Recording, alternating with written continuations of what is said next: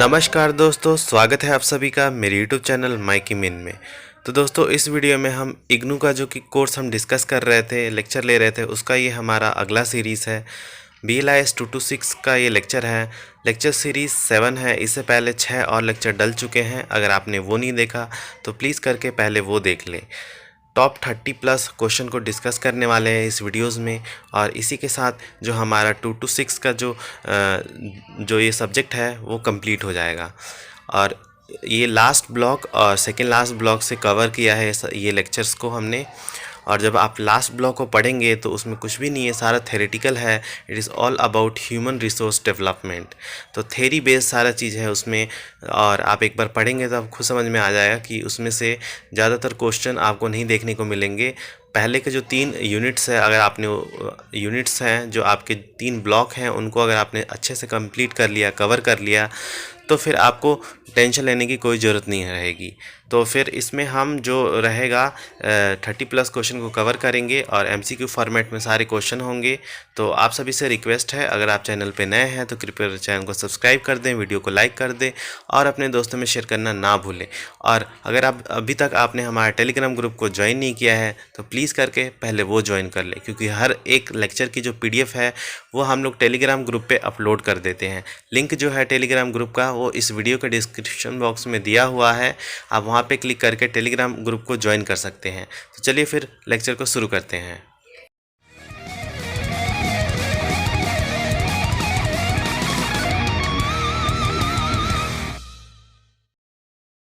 तो दोस्तों, इस वीडियो में हम BLIS 226 का जो आज का लेक्चर है उसमें हम मल्टीपल चॉइस क्वेश्चन को डिस्कस करने वाले हैं।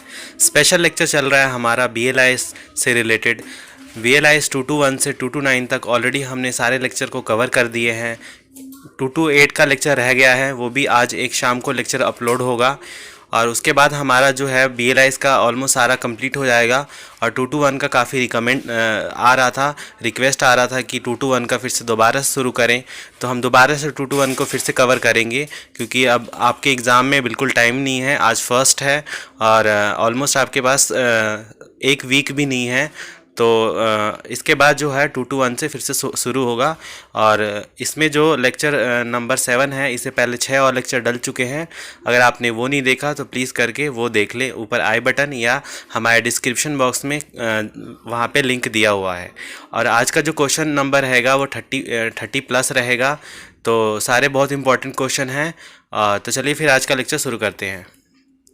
क्वेश्चन नंबर 1 है हमारा, dash is a plan document and a financial statement which provide detail of the proposal revenue and their utilization for expenditure for a specific period। क्या है जो कि एक प्लान डॉक्यूमेंट है एंड फाइनेंशियल स्टेटमेंट है, जो कि हमें प्रोवाइड करता है, डिटेल देता है proposal of revenue and its utilisation, revenue और उसका यूटिलाइजेशन कैसे हो रहा है एक्सपेंडिचर के फॉर्म में और स्पेशल पीरियड में, for a special period of time का एक रिकॉर्ड देता है, उसको हम बोलते हैं बजट। आगे चलते हैं क्वेश्चन नंबर 2 पे। क्वेश्चन नंबर 2 है हमारा, the objective of budgeting process is to produce. तो बजटिंग जो प्रोसेस होता है उसके ऑब्जेक्टिव क्या होता है? उसका ऑब्जेक्टिव होता है टू प्रोड्यूस फाइनेंशियल प्लान। आगे चलते हैं क्वेश्चन नंबर 3 पे। क्वेश्चन नंबर 3 है हमारा, what was the full form of CAS। CAS का फुल फॉर्म क्या होता है? तो CAS का फुल फॉर्म होता है करंट अवेयरनेस सर्विसेज। कुछ क्वेश्चन अगर रिपीटेड लग रहे हैं, जैसे प्रीवियस लेक्चर में, लेक्चर 1 से या फिर अभी तक जो हमने कवर किया है, तो उसको एक तरह से रिवीजन के तौर पे आप लोग लें, क्योंकि जितना चीज़ें रिपीट होंगी उतने आपके माइंड में वो बनता जाएगा। तो आपको एग्ज़ाम के लिए फिर उसको रटना नहीं पड़ेगा। तो चलिए फिर आगे चलते हैं क्वेश्चन नंबर 4 पे। क्वेश्चन नंबर 4 है हमारा, which was what can be the full form of PPBS। PPBS का फुल फॉर्म क्या होता है? तो इसका है प्लानिंग प्रोग्रामिंग बजटिंग सिस्टम। आगे चलते हैं क्वेश्चन नंबर 5 पे। क्वेश्चन नंबर 5 है हमारा, डैश की element of planning programming budgeting system is. तो इसमें कितने की एलिमेंट है प्लानिंग प्रोग्रामिंग बजटिंग सिस्टम में? तो ऑप्शन जो है हमारा 4 ऑप्शन दिए हुए हैं, जिसमें से जो करेक्ट ऑप्शन है वो है थर्ड। 2 की एलिमेंट आपको देखने को मिलेगा planning programming and budgeting system में। तो वो 2 जो है वो कौन सा है? Budgeting and system analysis. आगे चलते हैं क्वेश्चन नंबर 6 पे। What can be the full form of JBB? JBB का फुल फॉर्म क्या होता है? Zero base budgeting. आगे चलते हैं क्वेश्चन नंबर 7 पे। 7 क्वेश्चन नंबर है हमारा, who develop zero waste budgeting method and when? किसने डेवलप किया है जीरो बजटिंग मेथड को और कब? तो इसको डेवलप किया है पीटर पैरे ने 1970s में। आगे चलते हैं क्वेश्चन नंबर हमारा 8 है, dash improve plan and budget of libraries and help to develop good management terms. तो यहाँ पे इसका जो करेक्ट ऑप्शन है वो है zero base budgeting. Zero base budgeting जो होता है वो एक इम्प्रूव प्लान होता है जो कि बजट को लाइब्रेरी में हेल्प करता है ताकि वो डेवलप कर सके एक गुड मैनेजमेंट टीम को। आगे चलते हैं 9th क्वेश्चन पे। क्वेश्चन नंबर 9 है हमारा, in India which method of budgeting is adopted by most of the libraries? तो इंडिया में कौन से बजट को ज़्यादातर एडॉप्ट किया जाता है लाइब्रेरीज में? तो आपको इंडियन लाइब्रेरीज में जो ये वाला है कन्वेंशनल हिस्टोरिकल मेथड, ये आपको ज़्यादातर देखने को मिलेगा जब हम बजटिंग की बात करते हैं। क्वेश्चन नंबर 10 है हमारा, Ranganathan has suggested that the proportion of expenditure of a library university on these dash major item be a follow. तो यहाँ पे है कि जो रंगनाथन हैं उन्होंने सजेस्ट किया था कि जो लाइब्रेरी का एक्सपेंडिचर होता है वो कितने पोर्शन होना चाहिए यूनिवर्सिटी लाइब्रेरी का। तो यहाँ पे जो करेक्ट ऑप्शन है वो है 4, 2 मेजर आइटम्स होने चाहिए। तो वो 2 कौन से हैं? पहला है स्टाफ एंड दूसरा है बुक एंड रीडिंग मटेरियल। इनका जो परसेंटेज होता है लाइब्रेरीज में ये काफ़ी होता है, इन पे ज़्यादातर हमारा जो बजट है ये स्पेंड किया जाता है। तो आगे चलते हैं क्वेश्चन नंबर 11th पे। 11th क्वेश्चन है हमारा, the UGC library committee 1957 has suggested that a university library with 5,000 student and 500 teachers and research follows should have a budgeting provision of rupees 3,50,000 out of which rupees 1,75,000 could be spent on। तो इसका मतलब है कि जो UGC जो committee है library की, उन्होंने 1975 में सजेस्ट किया था कि जो यूनिवर्सिटी लाइब्रेरी होती हैं जिनमें 5,000 स्टूडेंट हो और 500 जो हमारे टीचर्स हों और उसमें रिसर्च को भी बढ़ावा मिलता हो, उनका जो बजट होना चाहिए वो 3,50,000 होना चाहिए, जिनमें से 1,45,000 जो होना चाहिए वो हमें स्पेंड कहाँ पे करना चाहिए। तो उनके ऑप्शन यहाँ पे दिए हुए हैं, पहला है बुक और दूसरा है general and other kind of reading material. तो इन दोनों पे सबसे ज़्यादा हमारा बजट जो है वो स्पेंड होता है यूनिवर्सिटी लाइब्रेरीज का। क्वेश्चन नंबर 12 है हमारा, the important basis for finance estimation for budget of libraries can be. तो इम्पॉर्टेंट जो हमारा बेस है फाइनेंस एस्टिमेशन का, जिसमें हम लाइब्रेरी के बजट को हम एस्टिमेट करते हैं, तो वो कौन कौन से होते हैं? तो ऑप्शन हमारे हैं use population and its composition, material to be acquire, service to be provided, satisfaction, satisfied service pressure and last है ऑल ऑफ द अबव। तो ये इसका जो करेक्ट ऑप्शन है वो है 5th all of the above. ऊपर के सारे ही हमारे एस्टीमेट हैं जो कि फाइनेंशियल जो हमारा बजट है लाइब्रेरीज का वो हमें डिसाइड करने में वो करते हैं। जैसे कि मान लीजिए अगर यहाँ पे है कि यूज़र पॉपुलेशन अगर ज़्यादा है तो उनको ज़्यादा बजट मिलना चाहिए, क्योंकि जो यूज़र है वो ज़्यादा डिमांड करेगा नॉलेज का और उनको ज़्यादा सर्विस चाहिए होगा, तो उनको बजट की ज़्यादा ज़रूरत पड़ेगी। और दूसरा है मटेरियल टू बी एक्वायर, जो हमारे पास मटेरियल मतलब जैसे कि हमारे डॉक्यूमेंट हो गए, कैटलॉग्स हो गया, इंडेक्सिंग हो गया, तो ये सारी चीज़ें भी हमें ज़्यादा एक्वायर करने की ज़रूरत पड़ेगी। तो ये भी हमें एक तरह से फोर्स करता है कि हमारे पास ज़्यादा बजट होने चाहिए। सर्विस टू बी प्रोवाइडेड, किस टाइप के सर्विसेज प्रोवाइड कर रहे हैं, जैसे स्पेशल लाइब्रेरीज होती हैं उनका जो बजट होता है वो थोड़ा कम होता है, बट बहुत सारे जो स्पेशल लाइब्रेरीज होती है उनका बजट और भी ज़्यादा होता है, क्योंकि जो स्पेशलाइज्ड बुकें होती है और ज़्यादा कॉस्टली मिलती हैं। और जो आपका अगर हम कंपेयर करें जो आपका यूनिवर्सिटी लाइब्रेरीज होती हैं और जो आपका जो पब्लिक लाइब्रेरीज होती हैं या फिर स्टेट लाइब्रेरीज जो होती हैं, तो इनका जो बजट होता है बहुत वेरिएशन होता है। तो ये क्यों होता है? क्योंकि वो लोग जो होते हैं सर्विस प्रोवाइड करने में उनका काफ़ी वेरिएशन हमें देखने को मिलता है। और फोर्थ है हमारा अनसेटिस्फाइड सर्विस प्रेशर, मतलब अगर जो आपका यूज़र है, अगर उसका जो नीड है वो बहुत वेरिएंट है, बट आप वो नीड को सेटिस्फाई नहीं कर पा रहे हो, तो ये भी एक प्रेशर हमें एग्जर्ट करता है कि हम अपना बजट जो है उसको इंक्रीज़ करें, ताकि जो भी हमारे जो यूज़र हैं उनका जो भी डिमांड है उनको हम फुलफ़िल कर सकें। तो इसका जो करेक्ट ऑप्शन था वो है fifth, all of the above. Question number 13 है हमारा, dash methods generally use for estimating library finance. तो कौन से मेथड जो थे, कितने तरह के मेथड होते हैं जो कि हम यूज़ करते हैं ताकि हम एस्टिमेट कर सकें लाइब्रेरी फाइनेंस को। अभी मैंने एस्टिमेशन का बता दिया था कि किस बेसिस पे हम लोग एस्टिमेशन करते हैं, तो अब यहाँ पे मेथड है ये। तो इसका जो करेक्ट ऑप्शन है वो है हमारा 3 मेथड होता है। वो 3 मेथड कौन कौन से हैं यहाँ पे लिखा हुआ है, जैसे per capita method, proportional method and method of detail. ये 3 मेथड होते हैं। आगे चलते हैं क्वेश्चन नंबर 14 पे। The dash in 1957 recommended that a university should provide ₹15 per student and ₹200 per teacher for acquiring reading material for its library। तो इसका जो करेक्ट ऑप्शन है वो है university grant commission library committee. तो यहाँ पे क्वेश्चन जो है ये बोल रहा है कि जो यूनिवर्सिटी ग्रांट कमीशन है, जो लाइब्रेरी की कमेटी है, उन्होंने डिसाइड किया था, उन्होंने रिकमेंड किया था कि यूनिवर्सिटी को पर स्टूडेंट 15 रुपये मतलब लाइब्रेरीज़ को देने चाहिए और 200 रुपये पर टीचर देने चाहिए, ताकि उनके जो नीड है, उनका जो नॉलेज गेन एक्वायर करने का जो नीड है उसको फिलफिल कर सके जो भी जो लाइब्रेरीज़ होती हैं वो। तो इसका करेक्ट ऑप्शन ये था university grant commission library committee. आगे चलते हैं 15 क्वेश्चन पे। 15 क्वेश्चन से है हमारा, who suggested that per capita expenditure on university and college library should be ₹20 per student and ₹300 per teacher। अब ये जो है किसने सजेस्ट किया था कि जो कैपिटल एक्सपेंडिचर होता है यूनिवर्सिटी का, उनमें से जो कॉलेज लाइब्रेरी होती हैं उनको 20% देना चाहिए और 300 देना चाहिए पर टीचर के हिसाब से। तो ये हमें ये सजेशन दिया था डॉक्टर SR रंगनाथन ने।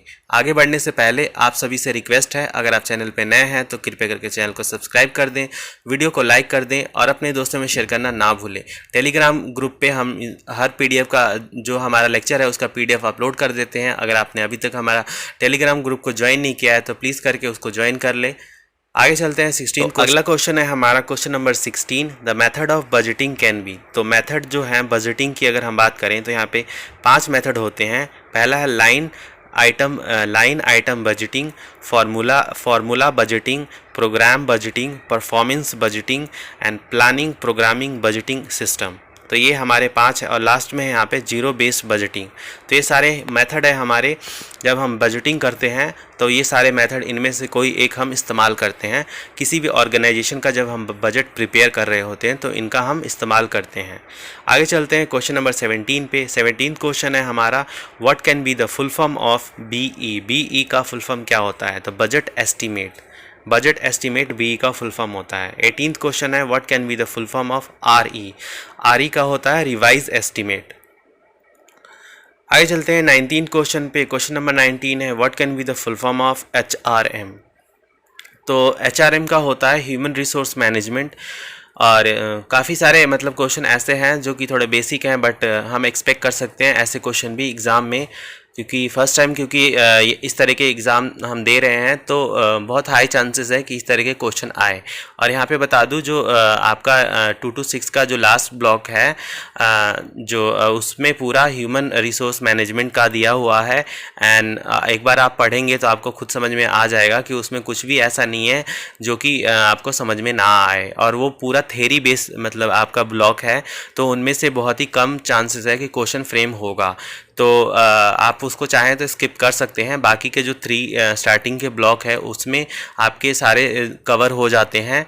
बट फिर भी अगर आपके पास टाइम है या फिर अगर आप पढ़ना चाहते हैं उसको भी, तो उसको भी आप पढ़ सकते हैं। बट जितना पॉसिबल हो सकता है हमने उसमें से क्वेश्चन बनाया है। एंड इतना ही हो सकता है क्योंकि पूरा वहाँ पे जो है वो पूरा थ्योरी बेस है और उसमें कुछ भी ऐसा नहीं है जो कि आपका कंक्रीट फॉर्म में हम लोग लेके आए आपके सामने। क्वेश्चन नंबर 20 आगे चलते हैं। तो क्वेश्चन 20 है हमारा, what can be the full form of HRP। HRP का फुल फॉर्म होता है ह्यूमन रिसोर्स प्लानिंग, और उसके ऊपर था HRM human resource management. Question number 21 है what can be the full form of HRD। HRD का होता है ह्यूमन रिसोर्स डेवलपमेंट। तो ये तीनों आप लोग याद कर लें, एक ना एक तो हो सकता है कि आए एग्जाम में, बहुत चांसेस हैं इसके। क्वेश्चन नंबर 22 है dash are the man power force of an organization that transfer all resource into tangible products and services. तो क्या है जो कि एक मैन पावर फोर्स है एक ऑर्गेनाइजेशन के, जो कि ट्रांसफ़र करता है रिसोर्स को एक टेंजिबल प्रोडक्ट में और सर्विसेज में, तो वो है हमारा human resource. Human resource in the sense, जैसे अगर हम लाइब्रेरी के कॉन्टेक्ट में बात करें ह्यूमन रिसोर्स का, तो हमारे जो स्टाफ होते हैं जो कि हमारा सर्विस प्रोवाइड करते हैं, अगर हम उनकी बात करें वो सब हमारे ह्यूमन रिसोर्स में आते हैं। तो आगे चलते हैं क्वेश्चन नंबर 23 पे। 23 क्वेश्चन है हमारा dash is the method of rotating staff to different unit of the organisation to pick up skill in all aspect of work. तो क्या वो मेथड है जिसके द्वारा हम रोटेट करते हैं अपने स्टाफ को अलग अलग यूनिट में ऑर्गेनाइजेशन के, ताकि वो अलग अलग स्किल को एक्वायर कर सके और अच्छे से काम कर सके। तो वो होता है हमारा जॉब रोटेशन। अब जॉब रोटेशन का बेनिफिट क्या होता है, मैं आप सभी को ये होमवर्क दे रहा हूँ, प्लीज़ करके सभी कमेंट बॉक्स में ज़रूर बताएं कि जॉब रोटेशन का जो बेनिफिट एडवांटेजेस क्या होते हैं, और मैं देखूंगा कौन कौन रिप्लाई कर रहा है। आगे चलते हैं 24 क्वेश्चन पे। What can be the full form of NKC। NKC का फुल फॉर्म क्या होता है, नेशनल नॉलेज कमीशन। बहुत इंपॉर्टेंट है ये वाला भी क्वेश्चन। चलते हैं 25 क्वेश्चन पे। 25 क्वेश्चन है हमारा dash of leadership are a crucial factor in developing human resource. क्या है जो कि एक लीडरशिप की क्वालिटी होनी चाहिए, एक क्रूशियल फैक्टर है जो कि डेवलप करता है ह्यूमन रिसोर्स को, तो वो होता है क्वालिटीज़। एक क्वालिटीज़ होती है एक leaders, qualities of a leadership is a crucial factor. वो एक क्रूशियल फैक्टर होता है जो कि हमारे ह्यूमन रिसोर्स को डेवलप करता है। मान लीजिए अगर आपकी लाइब्रेरी से हम कांटेक्ट में बात करें, तो आपकी जो स्टाफ, जो आपके लाइब्रेरी के जो स्टाफ होते हैं, उनके अंदर क्वालिटीज़ होनी चाहिए, जैसे कि न्यू जो इमर्जिंग टेक्नोलॉजी है उसको अडॉप्ट करने का, उसको यूज़ करने का, ताकि जो यूज़र है उसका डिमांड को सही से फुलफ़िल कर सकें। तो qualities playing very important role in library science. Question number 26 है what can be the full form of TQM। TQM का फुल फॉर्म क्या हो सकता है, तो इसका यहाँ पे ऑप्शन जो है वो है टोटल क्वालिटी मैनेजमेंट। आगे चलते हैं क्वेश्चन नंबर 27 पे। क्वेश्चन 27 है the management technique that are use in HRD can be. Management technique जो कि हम HRD में यूज़ करते हैं ह्यूमन रिसोर्स डेवलपमेंट में, वो क्या हो सकता है। तो पहला है पार्टिसिपेटिव मैनेजमेंट, दूसरा है टोटल क्वालिटी मैनेजमेंट, थर्ड है यहाँ पे health and safety management, and last है ऑल ऑफ द अबव। तो करेक्ट ऑप्शन जो है यहाँ पर इसका जो 4 है, ऊपर के तीनों ही हमारे मैनेजमेंट टेक्निक है जो कि हम यूज़ करते हैं HRD में।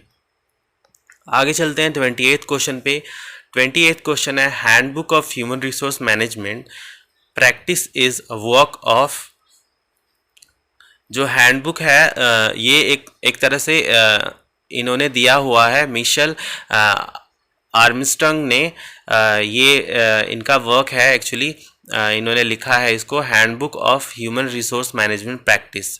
तो ये भी बहुत इंपॉर्टेंट पर्सन बन जाते हैं यहाँ पे अगर हम ह्यूमन रिसोर्स की बात करें। आगे चलते हैं 29 क्वेश्चन पे। The key element of HRD can B. तो जो हमारे बहुत इंपॉर्टेंट जो एलिमेंट होते हैं HRD में, ह्यूमन रिसोर्स डेवलपमेंट में, वो क्या हो सकते हैं। तो ऑप्शन में है हमारे to develop the intellectual knowledge, intellectual knowledge को डेवलप करना, to develop skill, technical skill of human resource, human resource जो होते हैं हमारे पास उनको टेक्निकल स्किल को प्रोवाइड करवाना, टू एड सेल्फ डेवलपमेंट, और सेल्फ डेवलपमेंट को भी इम्प्रूव करना, और लास्ट है all of the above. Correct option जो है वो है 4। ऊपर के उपयुक्त सारे ही हमारे की एलिमेंट में आते हैं HRD के। आगे चलते हैं 30 क्वेश्चन पे। क्वेश्चन नंबर 30 है यहाँ पे hierarchy of need theory is given by. तो जो हायरार्की ऑफ नीड थ्योरी है इसको किसने दिया है। ये बहुत इंपॉर्टेंट मतलब एक थ्योरी है जिसको दिया है यहाँ पे मोज़ले ने, इब्राहिम मोज़ले ने। तो आप लोगों से ये भी एक होमवर्क दे रहा हूँ आप लोगों को कि इब्राहिम मोज़ली के जो हायरार्की नीड थ्योरी है उसमें क्या है। तो आप लोग प्लीज़ करके कमेंट में दो, जो क्वेश्चन आपको हमने दिया है उसको कमेंट बॉक्स में ज़रूर बताएं। काफ़ी कम बच्चे रिप्लाई करते हैं, बहुत बुरा लगता है, because we effort on our basis कि हम आप लोगों का इम्प्रूव करें, ताकि ये क्वेश्चन इसलिए दिया जाता है ताकि आप लोग थोड़ा सा रिसर्च एंड फाइंडिंग करें, ताकि आपका खुद का अपने बेसिस पे थोड़ा नॉलेज एनहांस हो। बट काफ़ी सारे स्टूडेंट करते हैं तो हमें अच्छा लगता है, बट जो नहीं करते हैं उनसे रिक्वेस्ट है प्लीज़ करके आप लोग भी कोशिश करें कि आप लोग जो क्वेश्चन दिया जाता है उसको आप रिप्लाई करें। क्वेश्चन नंबर 31 है, what can be the full form of PM। PM का फुल फॉर्म होता है पार्टिसिपेटिव मैनेजमेंट। बहुत इंपॉर्टेंट ये वाला क्वेश्चन भी। 32nd क्वेश्चन है, लर्निंग और training that is delivered by electronic technology and it make use of internet and world wide web and in internet within the organisation. यहाँ पे ये internet ये दोनों कनेक्ट हो गए हैं, प्लीज़ करके इसको सही कर लीजिएगा आप। Internet within the organisation, तो वो क्या होता है, जैसे कि जो लर्निंग होती है, लर्निंग एंड ट्रेनिंग जो कि हमें डिलीवर किया जाता है इलेक्ट्रॉनिक माध्यम से, टेक्नोलॉजिकली माध्यम से, जिसमें हमें इंटरनेट का यूज़ करना पड़ता है, वर्ल्ड वाइड वेब का, तो वो होता है, उसको हम बोलते हैं ई-लर्निंग। तो ये हमारा क्वेश्चन नंबर 31 सेकेंड था, और ये था हमारा लेक्चर नंबर 7-226 का, BLIS 226 का। आशा करते हैं आपको आज का लेक्चर अच्छा लगा होगा। अगर आपको कुछ डाउट है तो प्लीज़ करके आप कमेंट बॉक्स में ज़रूर बताएं। और हिंदी वाले स्टूडेंट के लिए काफ़ी सारे बच्चे कॉन्टीन्यूसली अभी भी मतलब कमेंट करते हैं कि सर हिंदी में PDF प्रोवाइड करें। तो आई थिंक मैंने काफ़ी बार हर एक वीडियो में मैं आपको लोगों को बताता हूँ कि जो हमारा PDF होता है वो बायलैंग्वेज होता है, उसमें हिंदी और इंग्लिश दोनों में होता है। तो प्लीज़ करके आप लोग एक बार हमारा किसी भी एक वीडियो को लास्ट तक देखें, ताकि आपको पूरा नॉलेज हो जाए कि हम लोग क्या क्या आपको प्रोवाइड कर रहे हैं, क्या क्या सर्विसेज आपको मिल रहा है, ताकि आपको बार बार एक ही क्वेश्चन को रिपीट करना ना पड़े। तो आशा करते हैं आपको आज का लेक्चर अच्छा लगा होगा। अगर आपको लेक्चर अच्छा लगा तो प्लीज़ करके वीडियो को लाइक कर दें, कमेंट कर दें और अपने दोस्तों में शेयर करना ना भूलें, जिससे बाकी स्टूडेंट की भी हेल्प हो जाए। हमारा जो मेन एम है वो सबका हेल्प करना है, तो आप लोग भी थोड़ा सा इनिशिएटिव लें, थोड़ा एफर्ट करके वीडियो को अपने ग्रुप में और दोस्तों में ज़रूर शेयर करें। तो मिलते हैं आप सभी से नेक्स्ट वीडियो में, तब तक के लिए धन्यवाद।